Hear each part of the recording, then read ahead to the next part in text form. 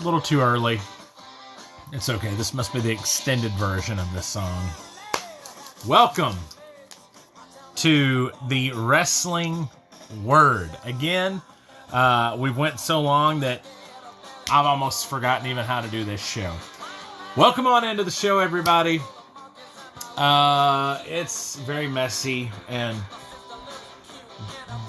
all kinds of stuff's going on behind me. So, apologies for that.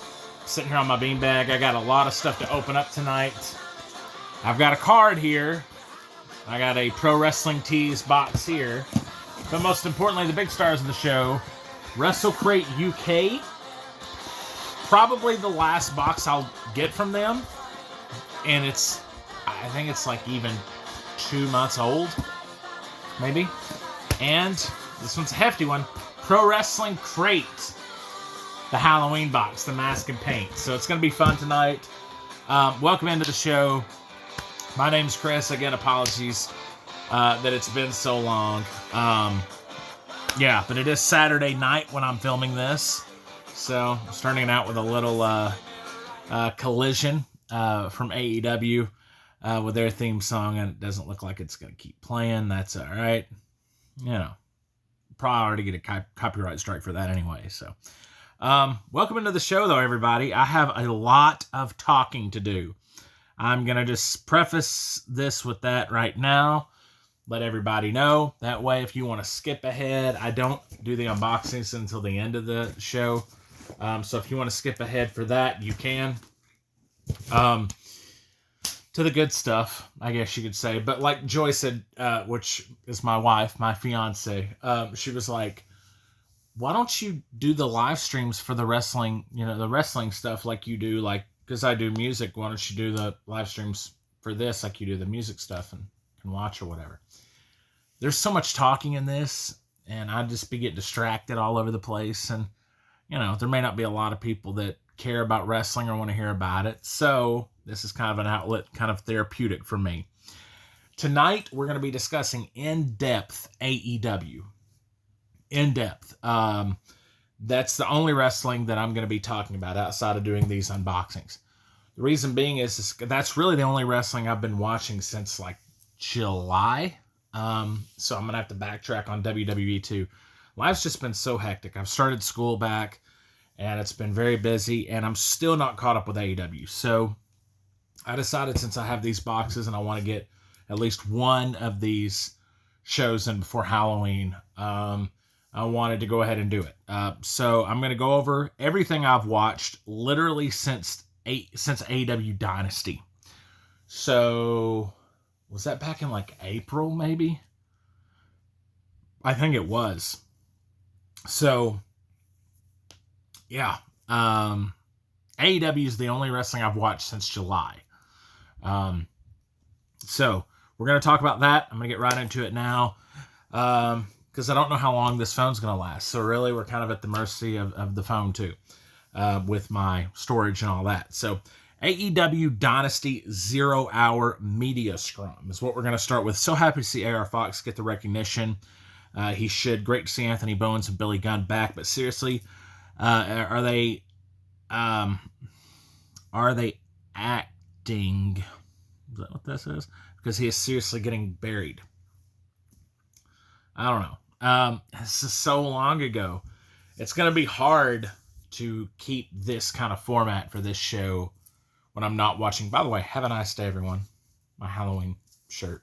I think I'm in the Halloween box last year, I think. Anyway, I'm going to try to do it as quickly as I can. Anthony Bowens will start turning casual fans off really quick if he bases his whole character on wanting to be the first gay champion. That's already happened. We know that.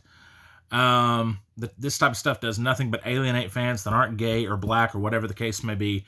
And honestly, AEW is really bad for it. That may give me a lot of flack from wrestling fans and people that want diversity and all this stuff. Hey, look, I think Anthony Bowens is good. I like Anthony Bowens. But, focus, only let it be a part. Don't make that the main character. Anyway, we're just going to keep going with it. I can't read this at all. How anyone could ever argue Something could have promos beyond me. Forgot to do him. Talk to the floor of his friends, but to mention the chair in the master bedroom facing the bed, which I guess was a slight at the Cornette accusations. I'm not sure who I was talking about on that. I type all this out on a different phone, and sometimes the screenshots that I take to get them onto this one just don't work out good. So, somebody out there may be remembering. Babyface four-man team promo in the tunnel was cornballs, but Briscoe, you like that? That's one of my things there, cornballs. Just made that up here on the live, or in the notes here. But Briscoe's diversify my portfolio line was funny. And what's up with these money win matches? Something AEW's been doing a lot of this past year. Just really seems obviously fake and phony in 2025. As exciting and fast-paced as the match was, it had its share of cornball spots. No surprise that Rick Knox was the referee for a match like this. MJF morphing into Jericho on the mic. Of course, Jericho's been in the news lately, and we're going to go into more of that hopefully next time we do the stream, where I'm going to talk more about the rest of the wrestling world, especially since the last episode. Lashley and MJF bickering was good, but what's it all leading to? And does TK even know? Well, this has started. This is literally like started, blossomed, dulled out, fizzled, and gone in the time that we've done this. Again, if you like wrestling talk, you're at the right spot. But yeah, it's going to be all over the place here. I'm just going to talk about the big stuff. Not sure how I feel about the Ops team, as everyone in it just looks inferior to Joe. Maybe it's holding them back. Still probably true. Tony Khan needs to learn to call audibles, especially when a guy vomiting in the ring from a possible concussion, like in this case of Hook. And Hook, I guess, has come back. I've not seen it yet, but that's what I'm told. I'm not sure what I said here. Weird to so much about beating WCW. Thunder easily was of better quality than the shows they usually give us for Collision with Dynamite. Okay, this is when they were talking about AEW beating WCW's weeks. I'm a WCW fan through and through, and it just sucks to hear. Come on, Tony Schiavone. Come on, don't be blackballing us like this. Not being much better, and definitely not a comparison to Nitro unless it was very, very late stage, and I don't even know then. That's the truth. I don't know. Anthony Bowens pulling out some awesome, innovative offense. However, who was the match trying to get over, as Blake Christian looked just as good? And that's strange because booking logic for a brand new character change in Bowens. Maybe Vince was onto something about not letting people have the same names or even similar names, as AEW has had this issue with Christians, Pages, Cages, Adams, Brodies, and others I can't think of right now. It can get confusing. Kevin Knight dropping AR Fox on his head looked nasty. Otherwise, another great match. And then on to Spring Breakthrough. Was that the name of it? The MJM Music Hall, just a great-looking facility. Sad to see Josh Alexander in AEW, as I was rooting for him in Speedball and WWE, but hope they're both done right. I don't know. Yet to be determined. Alexander showing why he's so good with innovation in the Hangman match. More wrestlers should kiss. Oh, brother. More wrestlers should kiss. Where do these AEW fans come from? Seriously. It embarrasses the whole sport. Entertainment, whatever you want to call it.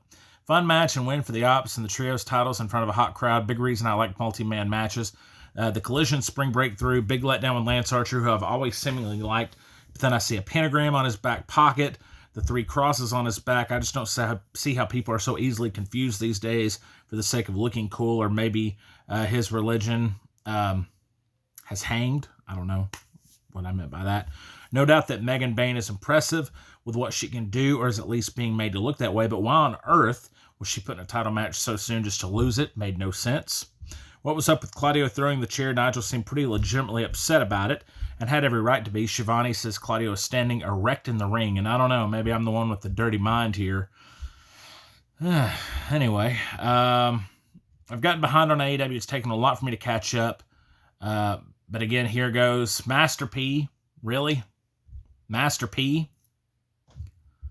I have literally heard zero about this man since he was on WCW Nitro in the late 90s. John Moxley stole my catalactic converter was a good sign. But what's the fire, action, and ready sign about? Still didn't figure that one out. I just don't like him. Christian Cage proving again and again, despite age, it was a mistake to not let him have a world title reign in AEW. Seems like the aisleway just keeps getting bigger in AEW, and that can't be a good sign. Obviously, less people. They've since kind of worked on that a little better. Was Ricochet on camera with the We Rock Together guy from the internet? It looked like him. Happy to see Stokely back on TV, as he definitely deserves to be there. However, should he be with FTR, and are they working for anyone as heels yet? We'll get to that here soon. Funny comment about Rock and Roll's age, though. Did Undisputed Kingdom change their name out of absolutely nowhere to Paragon? Again, figure that one out. Taz not so sure sounding on agreeing with Ian about how great the Young Bucks are. I thought that was kind of peculiar. Just saying, well, all right to it. MJF Hurt Syndicate stuff dragging out big time and not even that great of TV. Again, that really took up a lot of time, y'all. Come on, TK. Poor old Sockface or Excalibur is just completely ridiculous to look at as a commentator. No longer a wrestler wearing a mask. Literally, the mask is the only thing holding him back, as I'm actually almost a fan of his commentary. That's true. More thrown together tag matches on this episode, or random singles that are just put together for no reason or no story. Really just don't understand it. Hard to believe no effort was made to keep Josh Alexander in TNA. Still, can't believe that. Speaking of, why does everyone hate on NXT when TK truly treated TNA worse during their partnership? Again, very true. Playoff Palooza on Collusion may just be the worst name I've ever heard of a wrestling show. What in the world happened to Jeff Jarrett for the past almost half a year? Just more proof of Tony's terrible booking. Guy in the front row agreeing excessively. Where am I at here? Agreeing excessively with...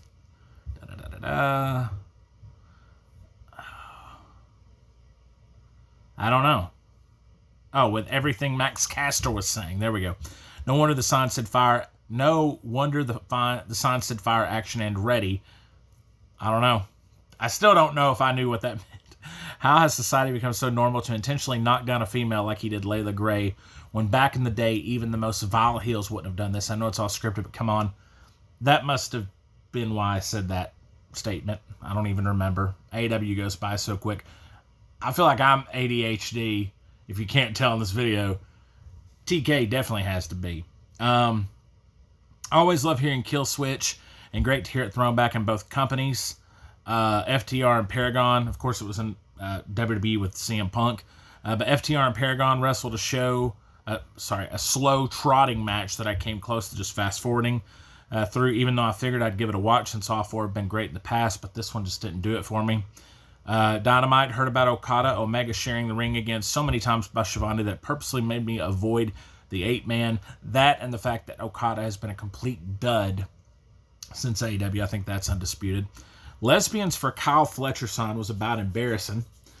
Speaking of, say my full name, terrible. Terrible tagline, and I'm just not liking this guy any better.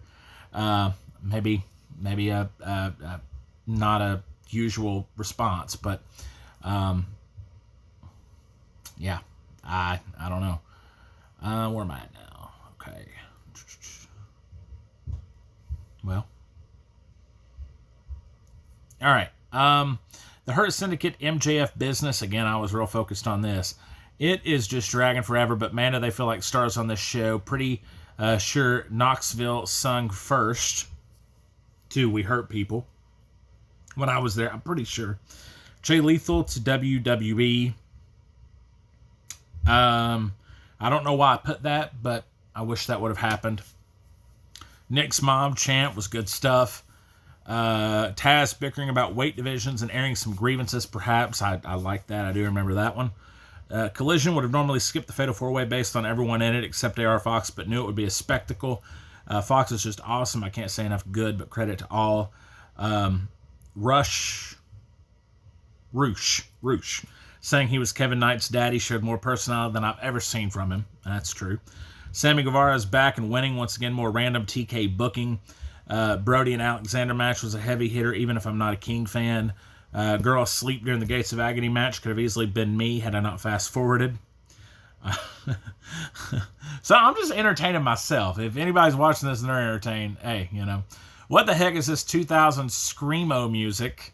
Yeah, that must be the one of the entrances music there for one of the shows. Guess it fits better than I'm so excited for a theme. That's right. Rhino coming out, and I couldn't have cared less for a dud of a match with Nick Wayne. We've not seen Rhino since in AEW, have we? Anyway, Roosh sounds absolutely terrible when he speaks. Put a mask on him. Never let him talk again. Alos Psychosis. I was a big fan of Speedball before I knew anything about his sexual preference, nor would I ever cared to know. Seriously. What's up with the sickos thing? Why do they wear like a badge of honor? I gotta think that's what would have to turn off casual watchers, is who would want to be known as a sicko watching this program. Joe and Claudio is pretty much what you would expect, but could maybe have been better. Collision, anyone else forget grizzled young vets were employed? I did. I feel like between the dance moves, the style, and the smooth chain wrestling with the throwdown counter and stuff I have never seen before, this Angelico guy just might be underrated. Yep, I agree. Love the head slap on Ricochet too. Nice throwback seeing Zach Gowen getting involved. Wild to hear Trent Beretta and pretty much any AEW wrestler so freely shout out F-words. Willy-nilly, no repercussions for it ever. Sky Blue has morphed into Rebel since she's been gone, it looks like. Anybody else agree with that? And speaking of Rebel, I hate to see she's had so many health issues. She's definitely missed on TV, along with DMD, of course.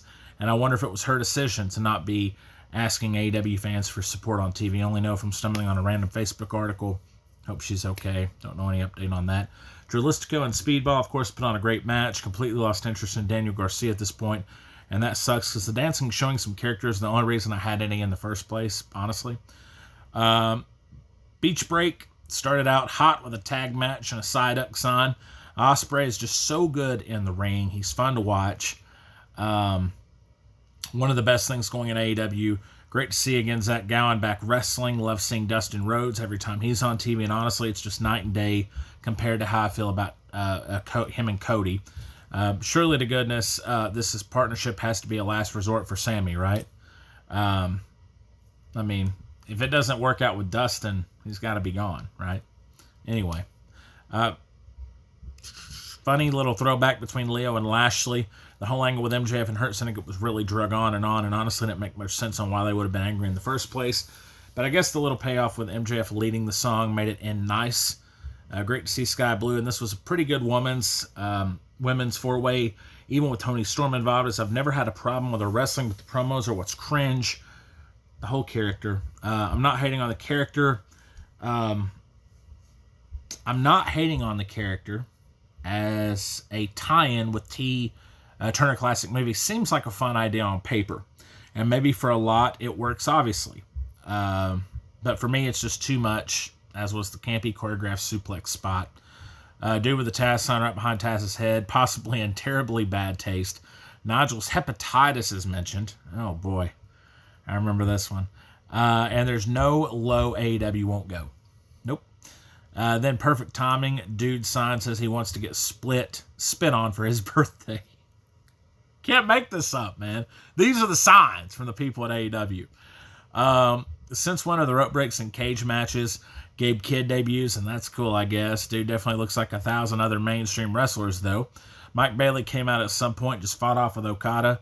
Collision entertaining match with Speedball and Blake Christian. Great to see the Mongo Memorial on TNT. Again, this goes to show how far back we're talking here. Along with Dean Malenko, who was always so underrated and a real great part of my childhood.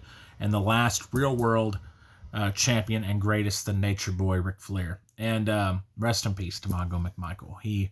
I don't know if I mentioned that on the last one, but I always remember him and his little chihuahua, little dog. He was Deborah McMichael's first husband, at least before Stone Cold anyway. How are they going to ruin guys I like, or maybe they're ruining themselves with the cussing in Dustin Rhodes and Leo Rush? Both their abilities were as impressive as always. This was every one of the match, really, but the ending seemed a little confusing, maybe botched. We're moving quick here. Okay, so Dynamite. Ospreay drops a full-blown F-bomb on a live mic, and I just can't believe they're getting away with this stuff. I like the match up with Hangman, and it makes for a good visual, having them head-to-head, but also seemed a little corny, too stagey with the beer and even the promos. Still, the good outweighed the bad. MVP and MJF ragging on the crowd is always going to be gold on the mic. Poor Dustin was struggling to keep up with him out there. Poor old Anthony Bowens comes out to zero reaction. Not buying FTR as heels, nor am I buying Stokely with them. That has changed, I will tell you, since I typed that. Collision would have watched Reina Isis for the first time, but not in a match with Mercedes Moné, as her real-life personality has completely turned me from even being a fan of her ability as I once was. Yeah. Don Callis family super heavy in this show, and if that's not an indication that they are just doing something wrong with so many, I don't know what is. Any match that Rick Knox automatically I don't take serious just of how lax all the rules are, or how he's let Young Bucks get away with everything. The Double or Nothing buy-in, so at this point we're like in May still. Woo! Okay, stretching out. Let me get a sip. I love to talk, but man, oh man. It's only going to get better because now I'm taking a public speaking class. So maybe some people say I need it. What happened when Bandito threw Trent out of the ring as the feed completely glitched out? Didn't show it. Just showed him pick up when he was out of the ring. Planches, 450, shooting star spots all around was cool to see. But the repeated nonstop kickouts kind of ruined the 8-man. The media scrum for Double or Nothing, because again, I don't watch the AEW pay-per-views unless they are, which I know I'm missing out. I know I am, but I just don't want to shell out the money for them. At least not until this show takes off and makes me some money. Fingers crossed. But I know they're always better than their weekly shows. Hangman Page's interview felt forced and phony. Mike's do no favors for the guy, and I'm honestly less of a fan. Mercedes seems too close in real life to her character. Just comes across as unlikable. Poor old Renee doesn't even come across as well in AEW, which is nothing new. Jim Cornette really hits the nail on the head so often, at least in wrestling. Everything else, probably not, but in wrestling, saying Tony Khan really comes across, no matter how nice he may be in real life, as a fantasy booker with a lot of money, just playing with his real-life action figures, not to mention being cringy and weird as ever, making animated mean mugs when showing Bandito his seat, who was carrying a tag title for some reason instead of the ROH World title. At this point, just throw the whole brand away or retire it with honor like it should be, with AEW adopting some of its signatures. Completely skipped the Tony Storm segment because I refused to give the character a minute of time. Dynamite now would have been the perfect time to bring back Hangman's old music, which has since happened. Good job. The title and the trophy together are kind of overkill for a tournament, though, right? Mox and Gabe Kidd come out dressed as twinsies, which was super confusing and weird. I'm just not seeing anything special about the new guy yet. Frat House may end up being some good comedy relief, but in the end, that's all they'll ever end up being, and that's the only time I've ever seen them since, I do believe. Tekla's debut was awkward and rushed. Anytime the lights go out in AEW, the delay is always a good 20 to 30 seconds. It feels like 2 minutes. And the segment simmered quick before being moved on and talked about someone else, which is always the case for AEW. Nothing is ever left to play out for any length of time, which makes sense coming from TK's brain. Honestly, there's never any simmer to anything, ever. Atlantis Jr. and Templaro's segment with FTR was good stuff, with Stoke reading Nelly lyrics and calling out their Power Ranger mask. Mina Shirakawa is likable, but it seems like her dancing at the top of the stage goes on and on forever. And no matter if you like it or not, it ain't something that would happen in the big leagues, especially when people fight to get TV time. I miss the old Sky Blue. Have no idea why she needed a turn or a refresh so soon, when she was starting to be seen and get over. Dynamite and Collision are still inconsistent, which is a thought I had watching this. Some weeks they're completely skippable, while others are pretty decent. And the main events can be all over the place, with random thrown together matches as main events, or an overall decent card with the same matches being at the start or at the middle of the show. Again, just more of why I never agree with TK being any kind of booker of the year. Most times a chimp could book better. Push or Not, Gates of Agony aren't doing a thing for me yet, maybe ever. Was wondering about old Beast Mortos, thinking maybe Mercedes had him locked up in a bedroom somewhere, but great to see him back in the white attire. AR Fox proving again why he's just one of the best AEW has, and they don't even know it. Roosh might just be the least intimidating wrestler trying to seem tough that I've seen in a long time. And I realize I'm critical of a lot of AEW stuff in particular, but man, some of these guys are just awful. If I were WWE, I wouldn't give a lot of them a second glance. Always loved the Luchadors, and the Poison Rana from the top was awesome from Mascara Dorada on Hechicero. But seriously, why on earth would it be a good idea to close your show with two CMLL guys? Just reverse this one and the first match, and you would have been fine. I don't get it. Fyter Fest. Did Ospreay screw up saying the only reason AEW sucks is because of Jon Moxley, or is he the only thing that sucks about it? Either way, I think he's partially right on at least what he said anyway. Said it before and I'll say it again. Ain't too many believable of a promo, any two more believable of a promo than Mark Briscoe. And that's a big change for me. That's a big change. I'm going to talk about Mark Briscoe here in a second. Taz still correcting his pronouns. He's got Vince in his ear after all this time. And if it means so much to him, why hasn't he stopped doing it? Just one of the small but annoying pet peeves about this show. Yuta literally has go-away heat, nothing more, and adds nothing to anything. What is TK seeing the dude? I don't get it. I've seen people defend him online. I'm just not seeing it. And by the way, I'm just a lifelong wrestling fan, literally since I was 2-3 years old. I'm just speaking what I see, my opinion. Try to watch the Moxley match, again, the blood and the licking. And dude is just seriously overrated. We're just starting, and how much more can I rag on this sheet? I said, yeah, obviously a lot more here. I will say Mark Briscoe is ready for is a ready-made main eventer and a dude that you can plug into any spot, anytime. And it's believable because maybe he comes across so genuinely real. Happy to see it too with so much success Jay Briscoe had. That's the thing. When I was watching the Briscoes back in the day, Jay Briscoe was very easy to take serious. He was the tough guy. He was the bad ace or whatever. Mark Briscoe was kind of the comedy fodder kind of thing. He's really stepped in this role well, and I'm so happy for that with Mark Briscoe. He's really turned that around. He's still that, but he's adding more layers to his character. It's great to see. How on earth are we supposed to believe Ian Riccaboni knows how many times Briscoe has done a move in his career? Seriously, though. Appreciated the fact that at least they had saved face with Briscoe not just outright losing to Mox. And the most irrelevant sign and segregated sign ever goes to the more gay wrestling sign. Not because I care if someone's gay or not, but because I see absolutely no correlation to wrestling with it, or why AEW wants to present itself as a gay company. Because if that's the case, why am I watching it? I'm out. I mean, seriously. How does homosexuality tie in so much into wrestling? I mean, you could say, okay, well, wrestling is pretty gay.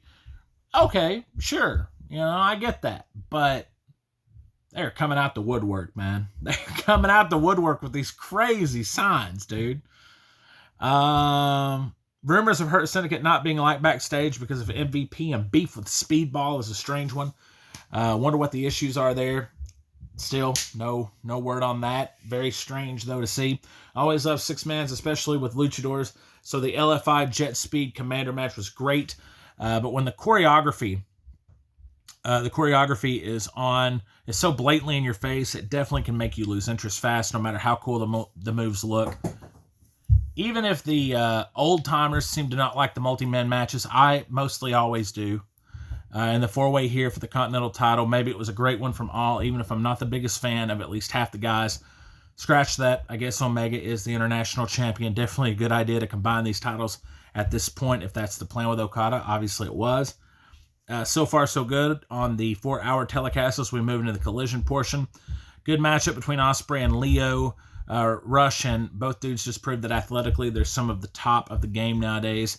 Max Caster, Anthony Bowens are making the most of the dog sheet they've been given, especially Caster. I feel, but the Acclaim reunion is the only thing that will put them back over again, really, in my opinion. Although Bowens, and obviously this was being hinted at the last time I watched, so this has probably happened. Bowens' music is good stuff, though. FTR and Luchas was a solid match, even if it went on a little too long. I think Stokely's one of the best, but I'm still not sure if he belongs with FTR or not. Hold that thought. More obvious choreography in the six men with Callis family, Outrunners, Bandito, and it just makes things look way too obviously fake. Ty Mello is back for the upteenth time, and Jimmy Crackcorn, and I don't care. This show is seriously starting to drag now. I realize 4 hours is just way too long, and is Thecla supposed to be like a Rhea Ripley type for AEW? Because I guess we'll see how it works, but she looks too much like Zoe Stark physically. Congrats on her baptism, by the way. Even though I'm not a wrestling fan, that's really cool to see. And in the ring, that ain't my thing.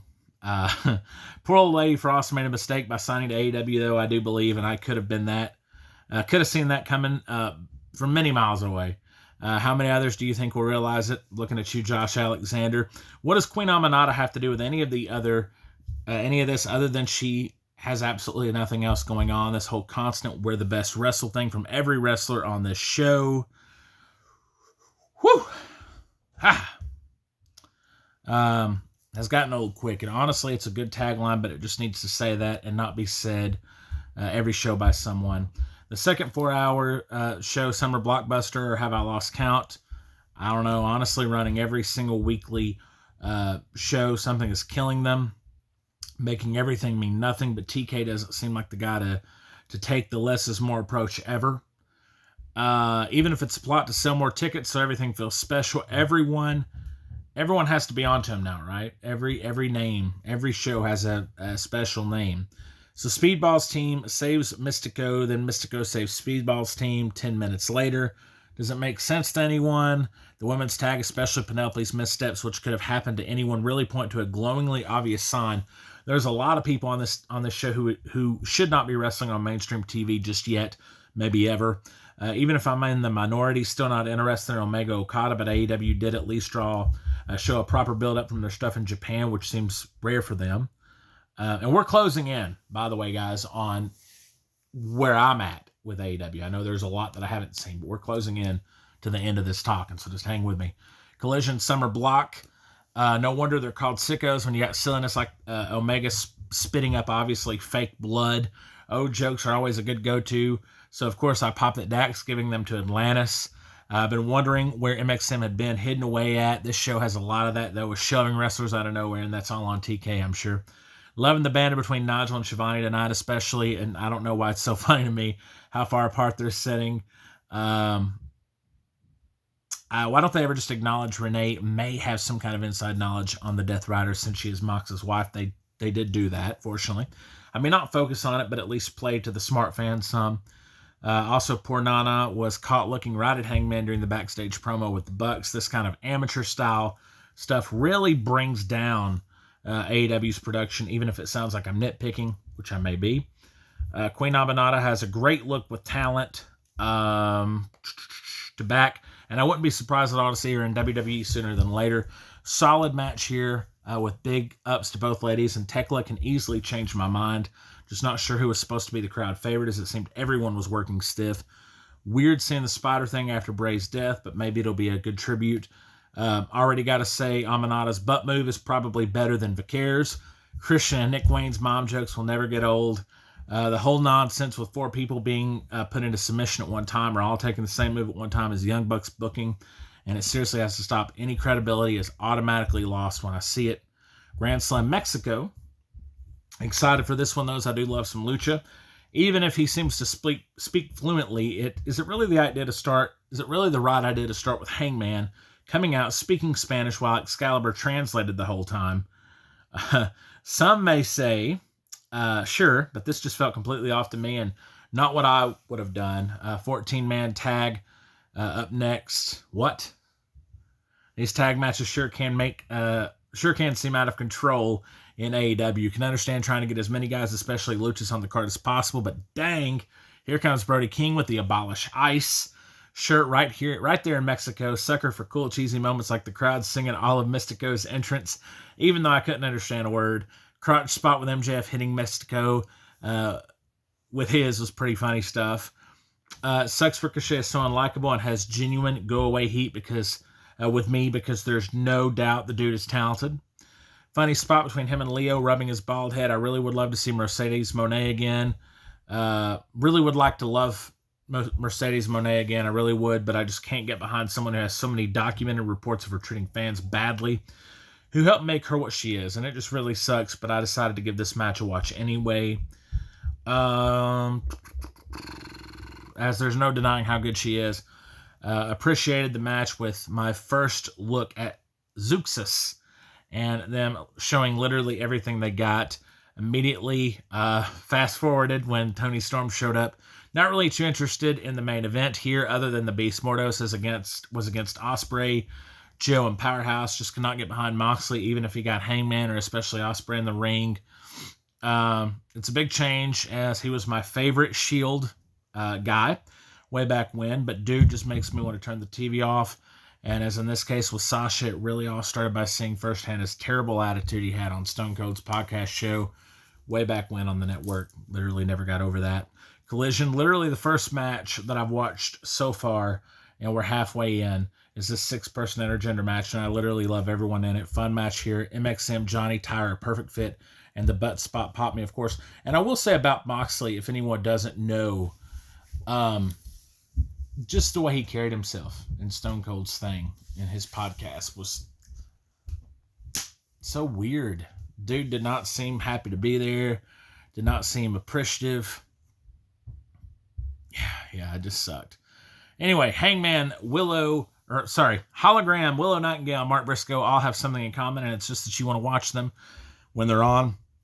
Kota Ibushi has been pulled back off TK's top toy shelf. He's back on it again, folks, from what I've read. And I have no real comment on this, as I can't remember if I've ever seen him. So the rumor is Jericho may be going back to WWE. I, for one, am all for that. Unless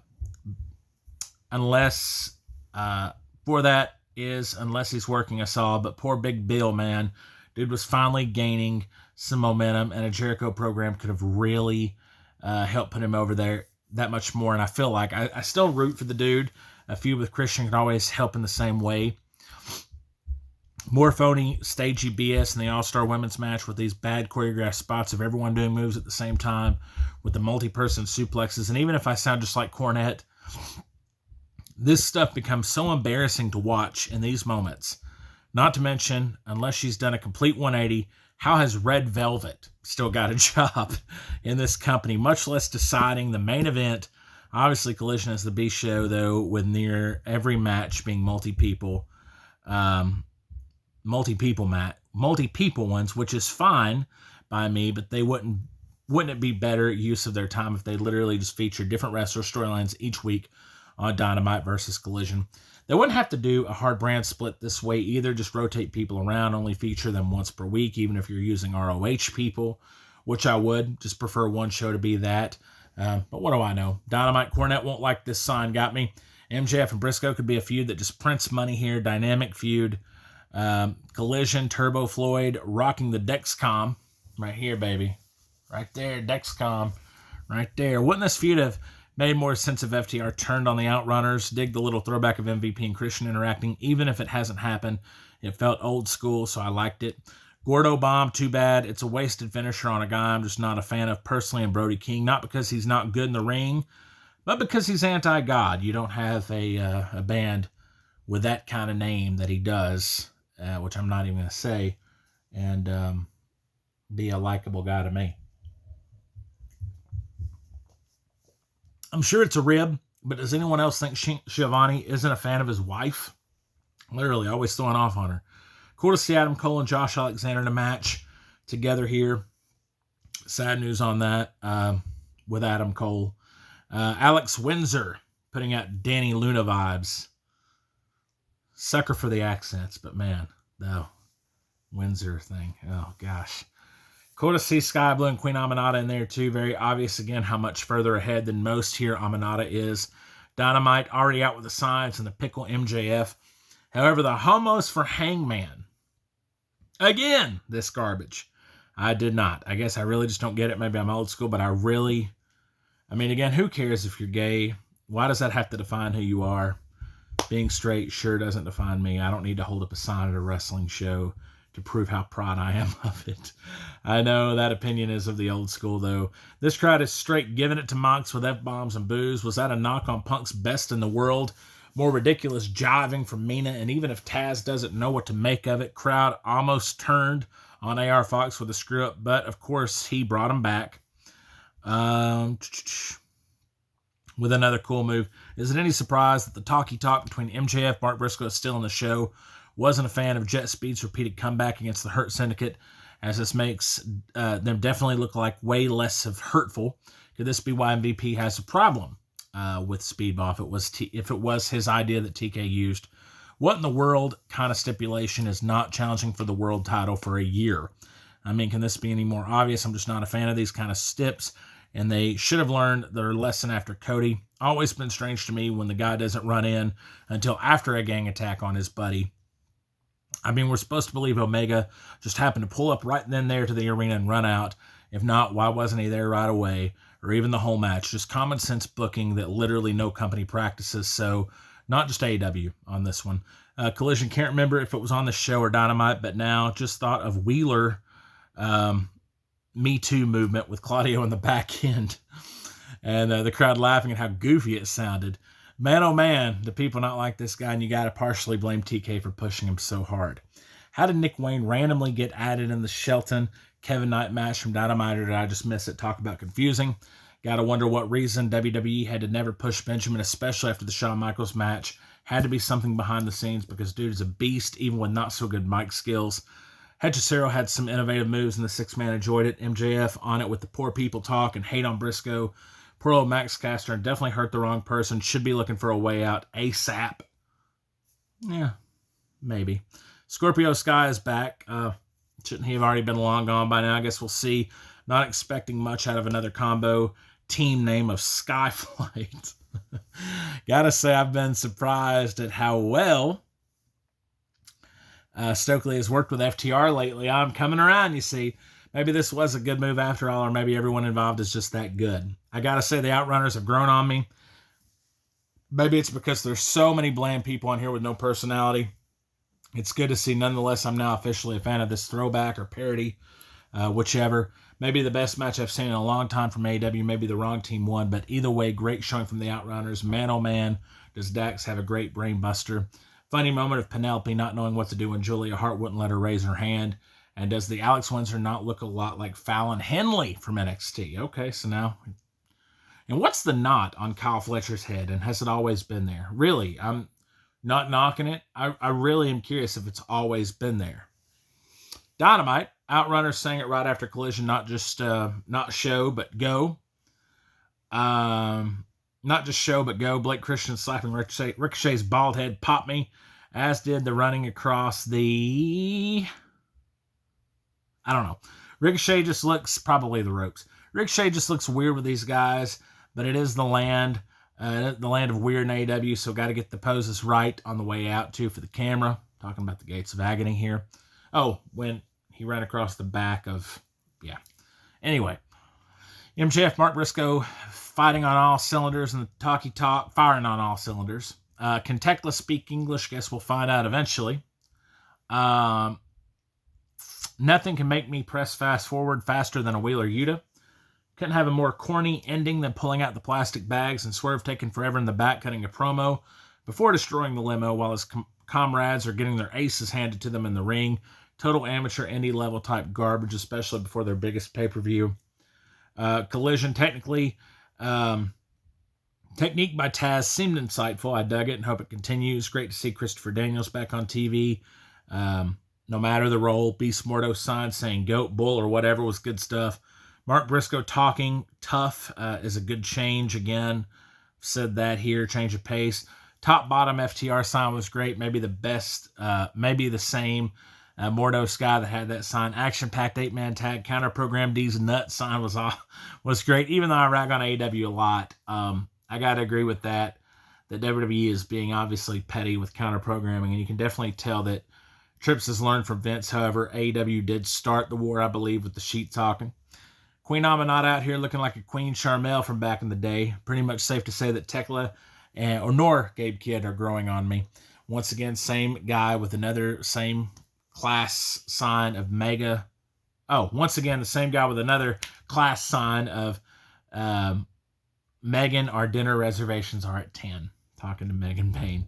All in, 0 hour, strange convo between Renee and Moxley, but it's good to see their marriage acknowledged. Even weirder to see Josh Matthews randomly show up in AEW, but it's good to see him somewhere again. Skip the Shane Taylor promotions match, because, I mean, why? But surprised to see Cody and Dustin's nephew in there now. Pretty cool. Decent matches, and I got to admit, that Boom thing has grown on me. Surprised they haven't partnered with Adam Cole yet. Speaking of, sad news about him again, as I have always liked Adam Cole, the guy and the persona. Outrunners have grown on me, and that's supposedly he potentially has retired due to concussions, I think, due to injury, so that's what that's about. Outrunners have grown on me too, and the whole son of an elbow drop is just too cool. If the bobbleheads weren't $65, man, I might have already scooped them up. Pro Tony Khan was exceptionally embarrassingly bad in the media scrum as he just went on and on, kind of like me right now. Loving his own voice, going way off topic into 3 or more insane other stories per question, kind of like me.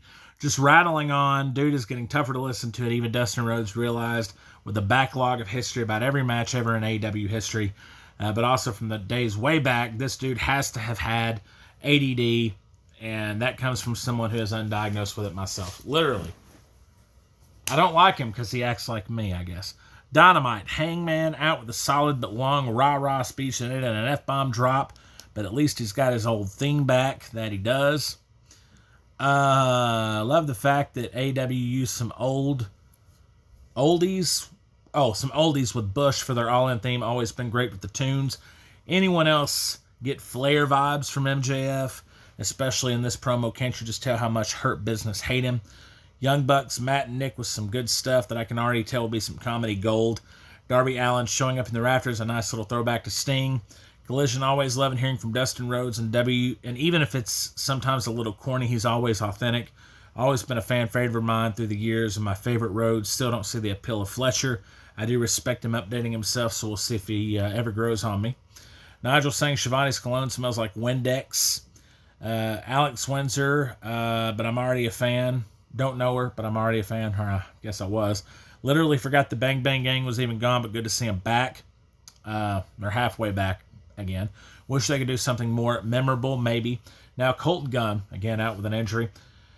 Could mean bad news for these guys.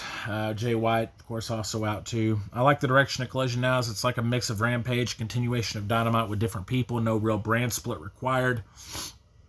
Just different people moving around between shows. However, a third 1 hour show would be nice with the roster size, even if it's just for ROH, to see who could make the cut to be on the bigger shows. The old YouTube shows definitely serve their purpose. Even if I never watched them, it's cool that they were there as an option.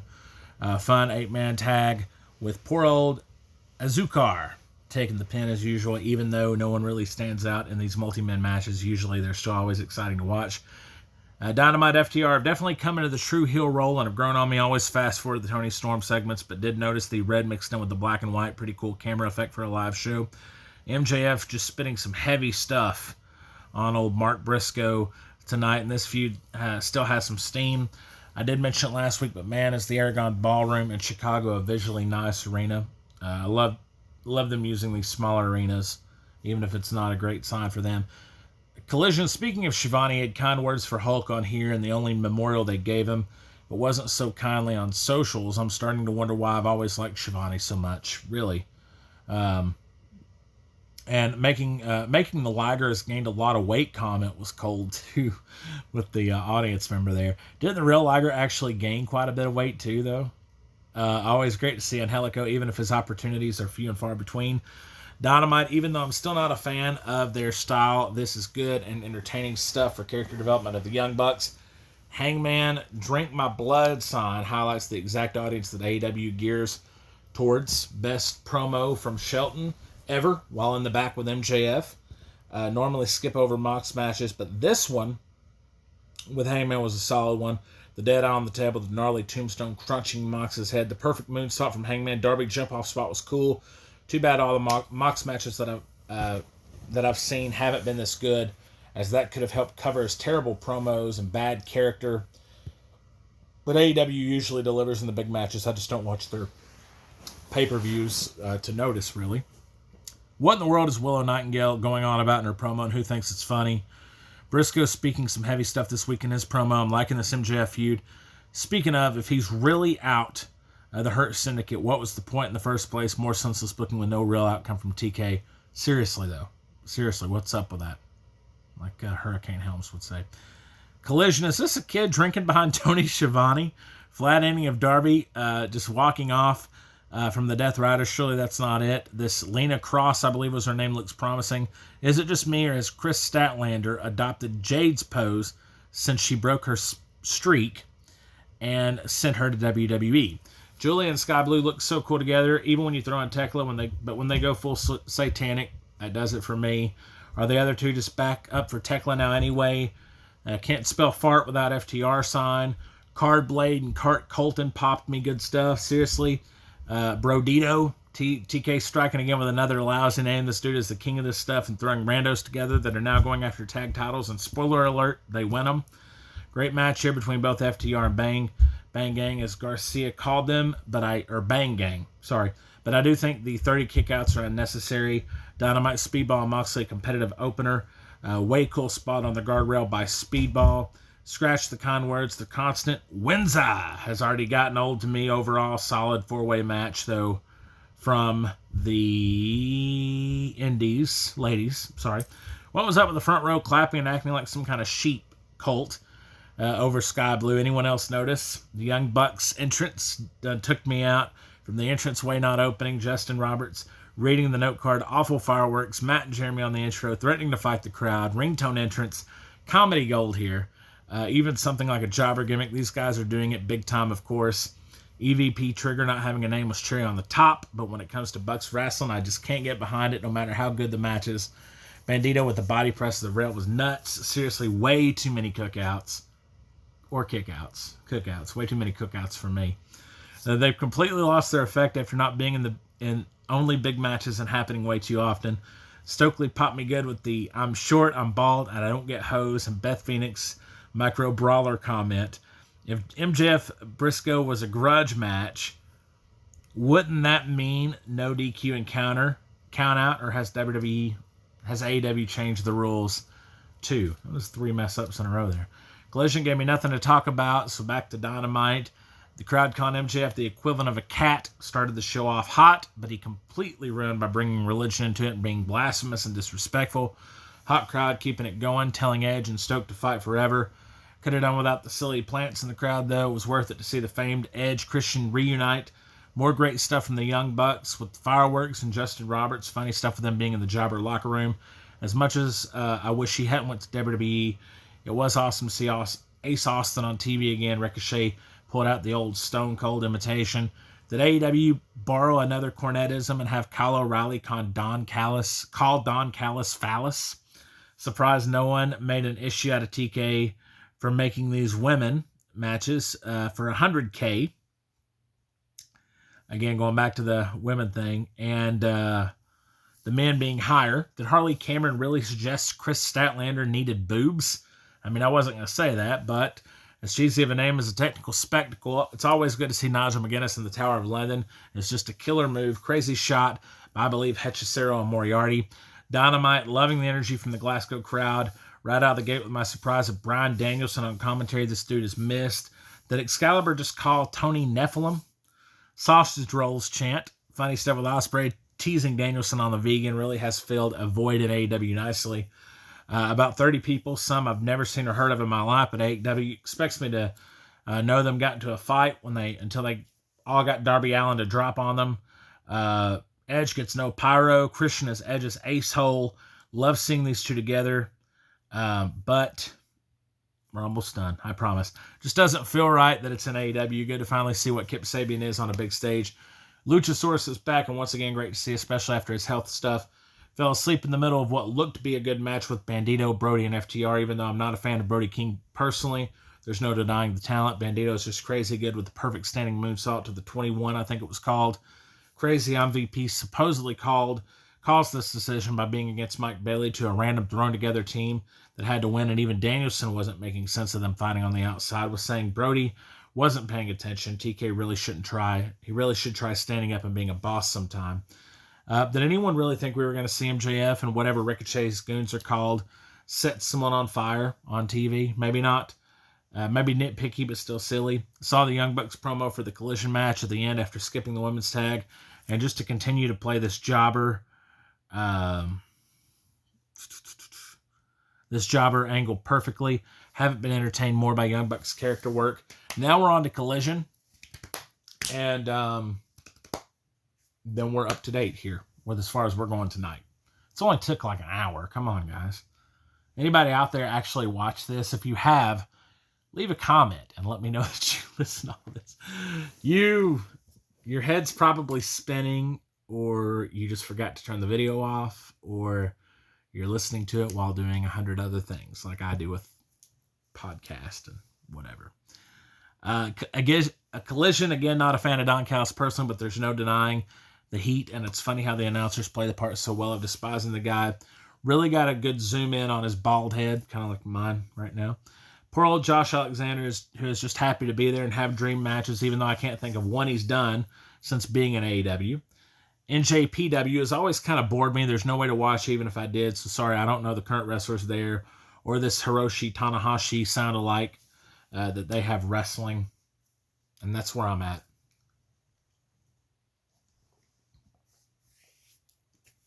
Honestly, I might have stopped in the middle of that Collision episode. I don't know.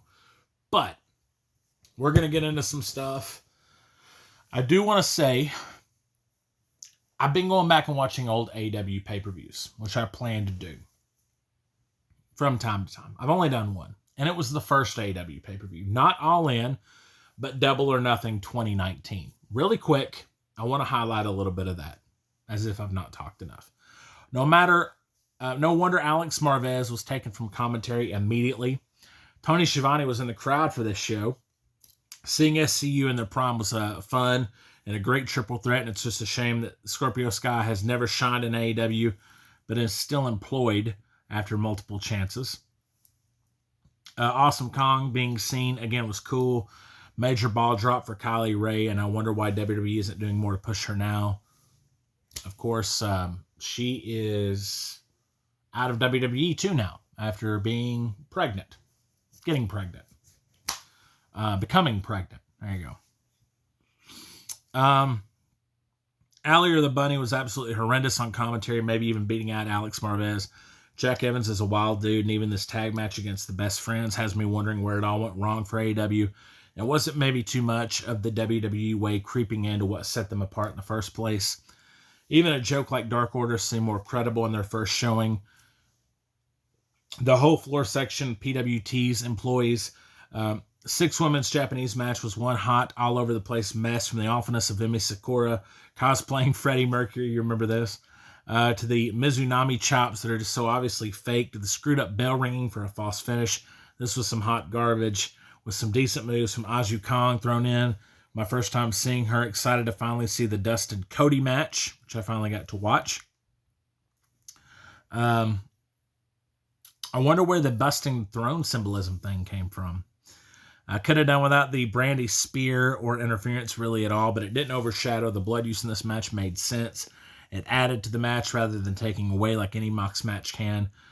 Funny whipping spot on the bare bottom of the Nightmare. Solid match. Maybe the best one I've seen from either guy, and I see why it's still talked about.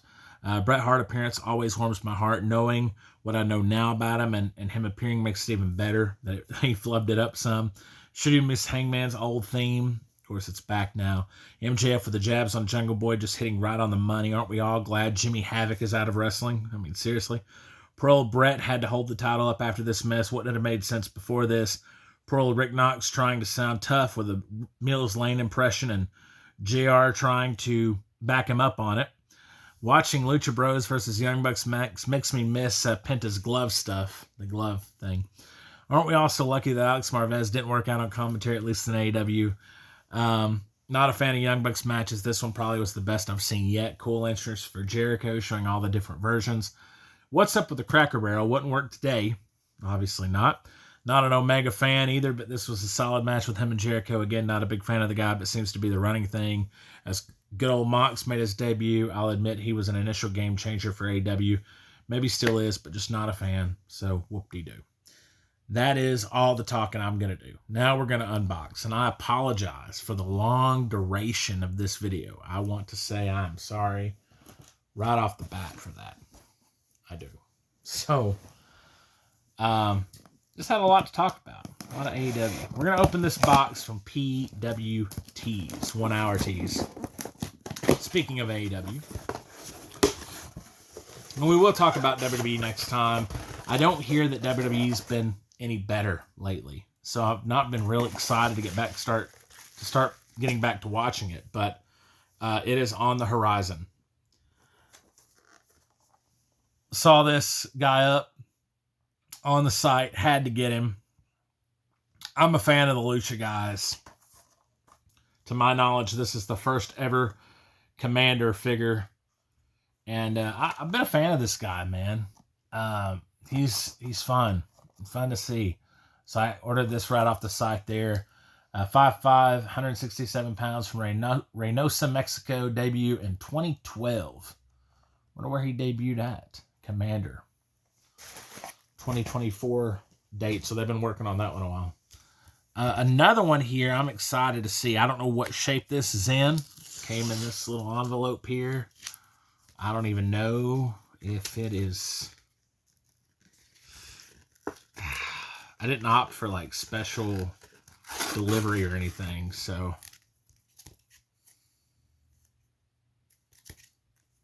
well, I will say that the $280 on the back is not relevant. The one on the front, maybe. That price seems better. That's about what I paid for it. Very likely. I am going to actually take this out just so I can check the condition of the card. And this lady is on TNA now, which has... I'm excited to get back watching TNA. I hear they've been doing a lot of fun stuff on TNA, so it'd be cool to get back to them here soon. All right. Let's get it out. Let's see the condition here. Not bad. Out of 199, I had number 62. Congratulations. You now own an authentic roster autograph card from 2021 Topps Division. It's Indy Hartwell. Check her out there. Indy Hartwell. She really grew on me, especially not in this particular look when she debuted, but when she was partnered with Dexter Lumis and Johnny Gargano, that whole thing. That's the best any of those people have ever done in wrestling. $10 makes more sense for that autograph than the $280, but we'll stick that sticker back in there. So they did send it in like a hard sleeve, not like a top load or anything. So that's very cool. Thanks to 7 Out Cards and Collectibles out of Sycamore, Illinois for that one. All right, we're just going to open WrestleCrate UK, I think. And there should be some extra autographs in here. Hopefully we get something good. This box is just, we're going to save the Halloween box for the main event of this show. This box is just too expensive, honestly. Like, it's not expensive if you live in Europe, or if you live really pretty much anywhere outside of the United States, I've seen. But if you live in the United States, to get this forwarded over, it's just too much, man. It's too much.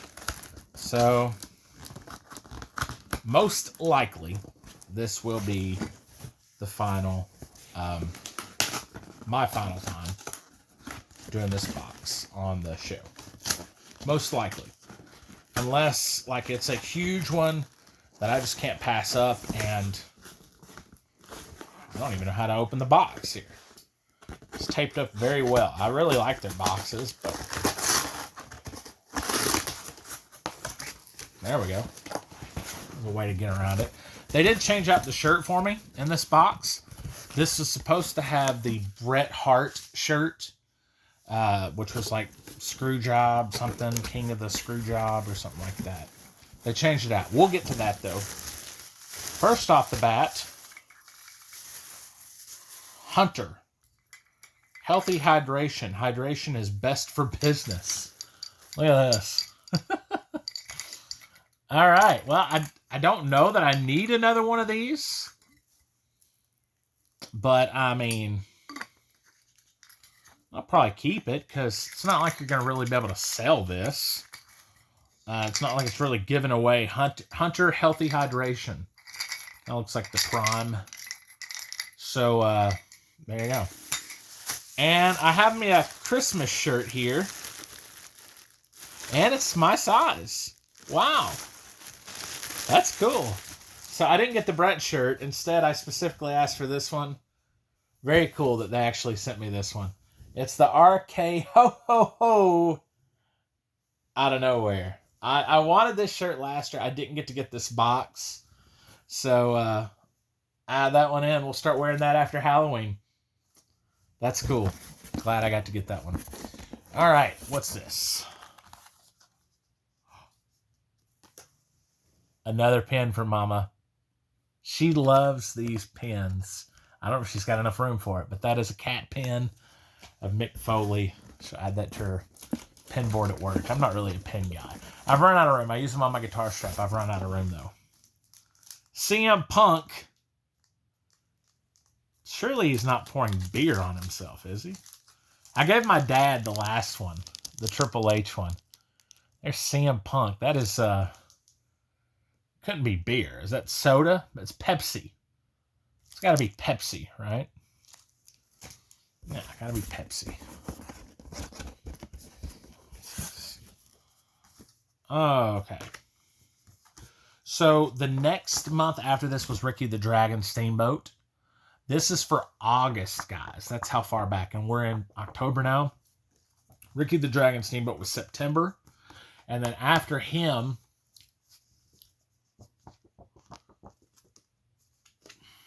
was Dominic Mysterio. I did not get that box. I would love to have, especially because it said had a Halloween shirt with it. I didn't get it though because it's just it's too much. It's too much for me.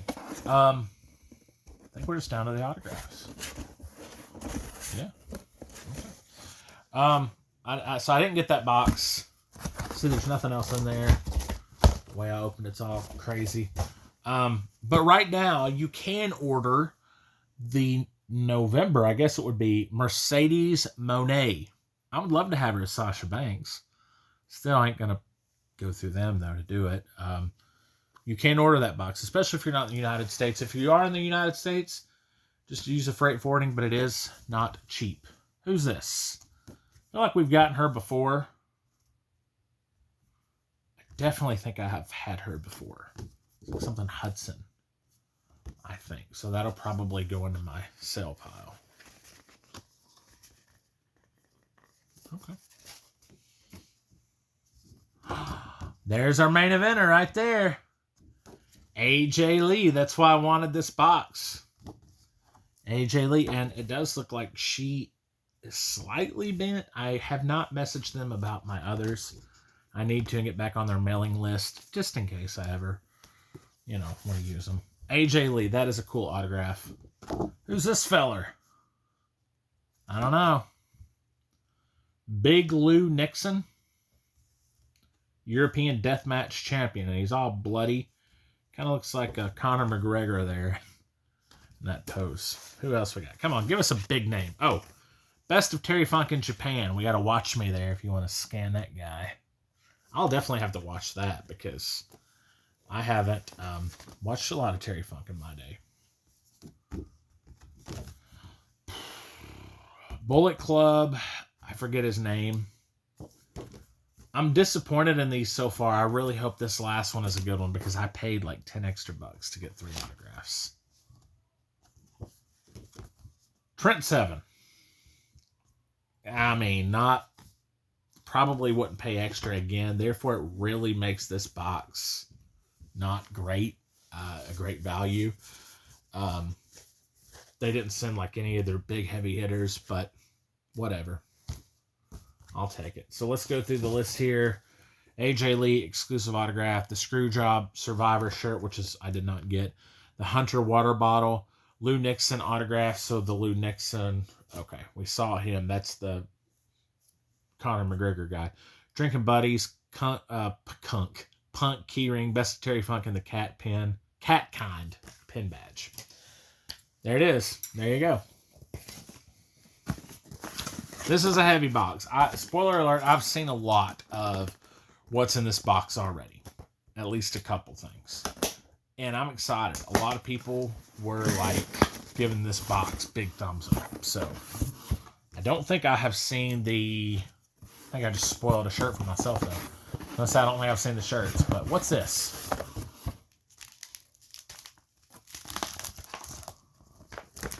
Halloween Havoc, baby.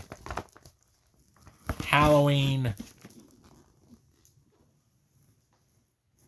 Canoe? What? Canvas? Halloween Canoe? What do you think this says? I thought this was like an Ultimate Warrior type deal. What does that say? Halloween. I don't know. I like the color. I like that it says Halloween. I don't know what it says under it. Guess we'll find out. I thought it was an Ultimate Warrior pack, honestly, but still cool. Red shirt. This was a spoiler. How cool is that? That is a sweet shirt. Jushin Thunder Liger Legend. World Legend, New Japan Pro Wrestling. And they're using the Hanes. That is a great shirt. I hope it fits as good as their other shirts do. With it being a Hanes, we'll see. I don't know. Might have been cheaping out on us now. That's such a cool shirt. Go for the next shirt. Keep stepping. Dustin Rhodes. Heck yeah, dude. Established 1988, Austin, Texas. I love it. That is a cool shirt. Keep stepping. Would love to have had a Dustin Rhodes autograph. I didn't expect it, but it's news on the shirts. This I have already seen. Some Sting makeup crown included. I don't know if I'll open this, but I may. I've still got the Darby Allin. That is cool. Sting's my dude, man. And it's the red makeup too. I still can't believe I met Sting. Still can't. Vampiro. Okay. We got the Chase too. The Chase Vampiro. This is my first Chase Micro Brawler, y'all. My first one ever. So that's the normal version. And this is the Chase. My first Chase ever in this box. I've had a pin. Pretty sure I've never had a Chase Micro Brawler. Ever in all the years. Had a Chase pin of the Young Bucks. Go figure. But Vampiro, that is super cool. I was kind of thinking he was going to be the autograph. So now I don't know. What's this? Oh, it's a mask. It's a mask. We got to put it on. This is a sweet box, dude. Sweet box. I'd read that people were like, oh yeah, this is a good box. People were right. This is a tie mask too. Is this a...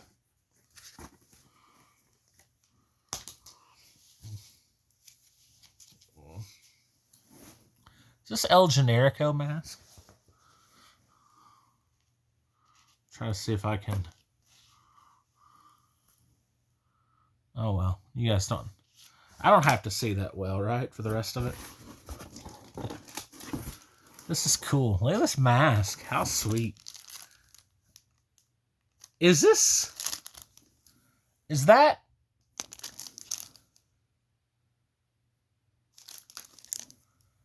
Is that the Lucha guy, the blue... Is that Blue Demon? Or is that the... He's green, the guy from the movie, from the Adam Sandler movie. Shoot, I don't remember. I love that we got a mask. let's see who that pin is. I'm drawing a blank. I want to say it's Blue Demon or something, but I don't know. I don't even know if they can have him. All right, guys. So I don't know who this is. Complete blank here. Let's see. Surprise, surprise. Mask and Paint 2025. You guys may already know. Eric Rowan. Wow. He's in WWE now, right? Yeah, because he's with the Wyatt Six. So this would have had to have been during a different time. That is a cool autograph to have. An original Wyatt family member. Okay. Sweet box. People weren't lying about this. Japanese legend Jushin Thunder Liger. American legend Dustin Rhodes. Oh, that's cool. Japanese American. The Imperial Micro Brawler Nacho Libre enamel pin. I'm gonna have to give that to Joy too. Nacho Libre. I may make some room for that one. That's cool. Eric Rowan autographed 8x10. Danhausen Luchador mask. This is a Danhausen mask, but it's a Luchador mask. Interesting. I like it. Sting. I forgot Danhausen was in this box. Sting face paint kit and PWT Trick or Treat clear drawstring bag. I still don't know. What does it say? I mean, I know they can't say Havoc, but Halloween candy. Duh. Halloween candy. Oh my gosh. Halloween candy. Okay. Next month on the Mask and Paint, I will not be getting this box. Sorry, guys. Just, you know, I just won't be. But Owen Hart was set to be in it. I don't think he is anymore. I think they've taken him and put someone else. John Moxley, Mick Foley, Hulkhausen. I don't remember Hulkhausen being shown there either. Buff Bagwell and more. It's not a good enough list for me. But I am going to get the next AEW crate. That should be coming soon. That's why I wanted to hurry up and get this one done. And then, other than that, what else? I would like to get the definitely don't want to make sure I mess up the AJ Lee autograph there. But the other people, I don't know about them. I don't know about them, dude. Okay. Anyway, whatever I was saying, I don't remember. Yeah, we'll get the AEW All Elite crate. That'll be in soon. And I'll try to get another one of these shows out by the end of the month, if possible. I like the mask. I like everything in this box, really. Everything was a hit, dude. That was a good one. Wrestle crate, it was alright. I wanted the AJ Lee. I wanted the shirt, so I'm happy with that. Everything else kind of a dud. But whatever. That's the way it goes sometimes. That is it, though. Next time, we'll talk about the All Elite crate. I'll go over some more wrestling, and then I do plan on getting another All Elite crate, the one for January. That one looks good, so check those out. Check out Wrestle Crate if you want.